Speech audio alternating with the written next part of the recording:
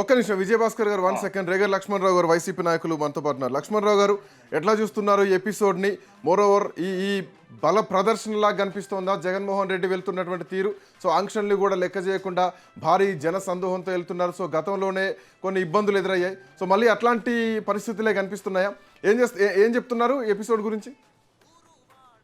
శ్రీకాంత్ గారు, జగన్మోహన్ రెడ్డి గారు ఏదైతే గుంటూరు పర్యటన, అలాగే అంబటి రాంబాబు గారి వాళ్ళ ఇంటి దగ్గరికి సందర్శించడానికి, పరామర్శించడానికి, వాళ్ళ కుటుంబ సభ్యుల్ని పరామర్శించి మాట్లాడడానికి వెళ్తుంటే 1861 బ్రిటిష్ వారు ఏదైతే యాక్ట్ ఉందో ఆ పోలీసు చట్టాన్ని తీసుకొచ్చి, ఆ పోలీస్ యాక్ట్ 13 తీసుకొచ్చి మరి నియంత్రించాలని చేసినటువంటి కార్యక్రమం ఏదైతే ఈ రోజున టోటల్ గా ఫెయిల్యూర్ అవుతా ఉంది.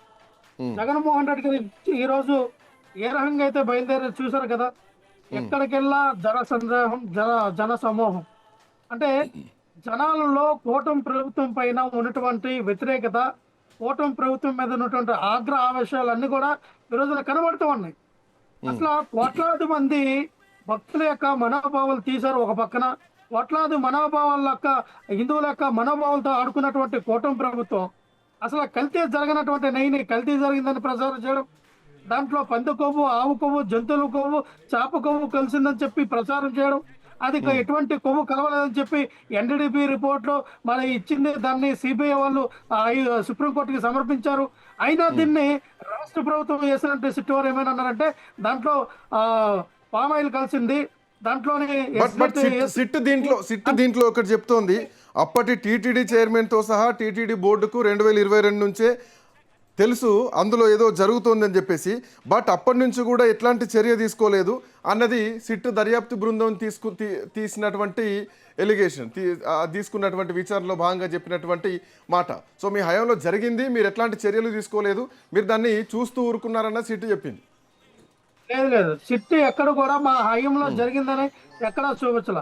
2024 జూన్ 18వ తారీఖున వాళ్ళు తీసుకెళ్ళినటువంటి శాంపుల్, అలాగే 2024 జూలై 18వ తారీఖున వచ్చినటువంటి శాంపుల్ ఏదైతే వచ్చిందో అక్కడ కూడా ఏదైతే ఈ యొక్క వెజిటేబుల్ ఆయిల్ కానీ పామ్ ఆయిల్ కానీ కలిసి ఉండొచ్చేమో అని ఇచ్చినట్టు నివేదికని ఈయన దుష్ప్రచారం చేశారు.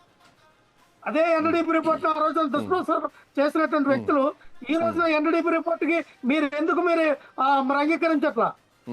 ఎన్డీఆర్ఏ రిపోర్ట్ ఇచ్చింది, ఎన్డీపీ ఇచ్చింది, అంటే మీరు ఇచ్చినటువంటి సిట్ కూడా సరిగ్గా పనిచేయట్లేదని ప్రత్యేకమైనటువంటి కమిటీ ఇంకో కమిటీ వేశారు. అంటే ఎంత దౌర్భాగ్యం అంటే మీ ఇంటెన్షన్ ఏంటి? ధర్మారెడ్డి గారిని చేశారు కానీ బొమ్మన కరుణాకర్ రెడ్డి గారు లేరు, వైవి సుబ్బారెడ్డి గారు లేరు, ఇంకో XYZ పేర్లు లేవు అని చెప్పి వాళ్ళు కూడా చేర్చాలనే ఉద్దేశమే కదా కనబడుతూ ఉంది. ఇక్కడ ఇంటెన్షనల్ గా ఇంకొక స్పెషల్ కమిటీ వేశారు. ఇక్కడ క్రిస్టల్ క్లియర్ గా అర్థమవుతుంది ఏంటంటే ఏదైతే ఈ యొక్క ప్రాపగండాను తీసుకెళ్లారో ఈలో ప్రజలకు అర్థమైపోయింది, టీడీపీ రాజకీయం చేసింది, కూటమి నాయకులు రాజకీయం చేశారు, ఎటువంటి కల్తీ జరగలేదు నెయ్యిలోని. ఒకవేళ కల్తీ జరిగిందని భావిస్తే 2024లో తీసిన శాంపుల్లో కల్తీ జరిగింది ఇలాంటిగా ఆ సింథటిక్ నెయ్యి అని అనుకుంటే మీరు పరిపాలనలో ఉన్నారు, మీరు అధికారంలో ఉన్నారు, మీ హయాంలో తీసినటువంటి శాంపుల్లో జరిగిన కల్తీ మీరు చేశారని అర్థం. కానీ మేము చేసామని దాని ప్రచారం ఏంటి? ఒకరు జరుగుంటే మీరు చేసినట్టే కదా. మీరు వచ్చినటువంటి 125 రోజుల పరిపాలనలో మీరు తీసుకెళ్లి ఇచ్చిన శాంపుల్లో ఒకవేళ కల్తీ జరిగితే మీరే చేసినట్టు, దాన్ని మీరు ఒప్పుకోవాలి కదా. కేవలం ఈ ప్రచారాన్ని అడ్డుకోవడానికి మాత్రమే ఈ డైవర్షన్ పాలిటిక్స్ చేస్తున్నారు. కల్తీ నెయ్యి గురించి మర్చిపోయేదాకా ఇట్లాంటి రాజకీయాలు చేస్తున్నారు. సో ఇప్పుడు ఇందాక విజయభాస్కర్ గారు ఒక మాట అన్నారు. సో అది పల్నాడు రాజకీయంగా చూడాలి. వాళ్ళకు అంబటికి పల్నాడులో ఉన్నటువంటి నాయకులకు మధ్య ఉన్నటువంటి గ్యాప్తోనే ఈరోజు ఇట్లాంటి దాడులు జరుగుతున్నాయి. దానికి కూటమి ప్రభుత్వానికి ఏం సంబంధం? ఎందుకు దాన్ని రెడ్ బుక్ రాజ్యాంగంగా చిత్రీకరిస్తున్నారని చెప్పేసి ఆయన చేస్తున్నటువంటి కామెంట్. ఇక్కడ టోటల్ గా రెడ్ బుక్ రాజ్యాంగం నడుస్తూ ఉంది. వాళ్ళు టార్గెట్ చేస్తూ ఉన్నారు, వాళ్ళ పేరు చెప్పి మరీ టార్గెట్ చేస్తూ ఉన్నారు. నెక్స్ట్ పేరు నాని, నెక్స్ట్ కొడలు నాని, నెక్స్ట్ ఇంకో XYZ పేర్లు చెప్పి వాళ్ళ మీద ఏదైనా ప్రజాగ్రమైనటువంటి ఒక వ్యతిరేకత వచ్చినప్పుడు దీన్ని డైవర్షన్ పాలిటిక్స్ చేస్తా ఉన్నారు. మనం చూసాం మొన్నే నల్లపురెడ్డి ప్రసన్న కుమార్ రెడ్డి గారి ఇంటి మీద ఏ రకంగా దాడి జరిగిందో.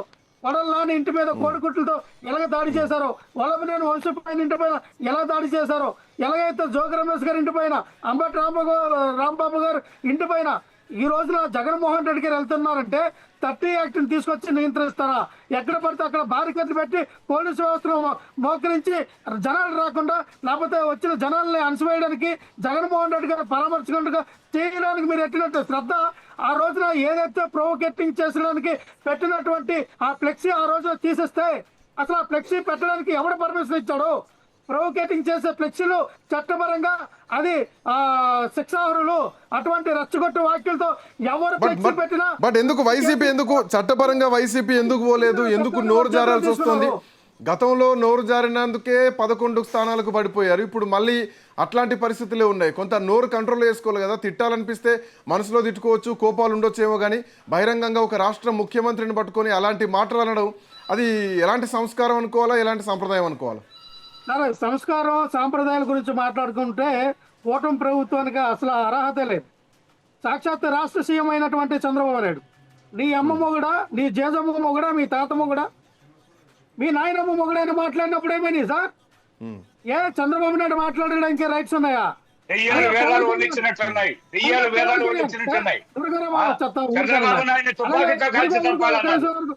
ఒక నిమిషం. అలాగే పవన్ కళ్యాణ్ ఏమన్నారు? నాకు తిక్కరాగితే సీఎం వాళ్ళ అమ్మ మొగుడైనా నాకు ఒకటే అన్నాడంటే మీరు మాట్లాడచ్చు. ఆ రోజున ఎలాగైనా మీరు ఎంత బరి తగ్గించారో ఒళ్ళు కొవ్వెక్కి మదవెక్కి మీరు మాట్లాడచ్చు. అయ్యన పాత్రుడు ఏం మాట్లాడండి? సైకో జగన్మోహన్ రెడ్డి అనమాట. ఇదే నారా లోకేష్ లండన్ పోయి ఈ ముండల్లో మింగడానికి వెళ్ళాడని మాట్లాడాడు. అంటే మీరు ఏం భాష మాట్లాడినప్పుడు ఒక రాష్ట్ర సీఎం ఆ రోజున మీరు ఏమేమి సంపాదించారు? వైఎస్ఆర్సీపీ ఎమ్మెల్యే నా కొడుకుల రెండు తెలుసుకుని ఉన్నప్పుడు ఏ పవన్ కళ్యాణ్ మేము ఆయన ఇంటి మీద దాడి చేయలేదే? నారా లోకేష్ ఇంటి మీద దాడి చేసి వాళ్ళని హింసించలేదే? అదే ఆ రోజున అయ్యన్న పాత్రుడిని ఇంటి మీద దాడి చేసి చేయలేదా?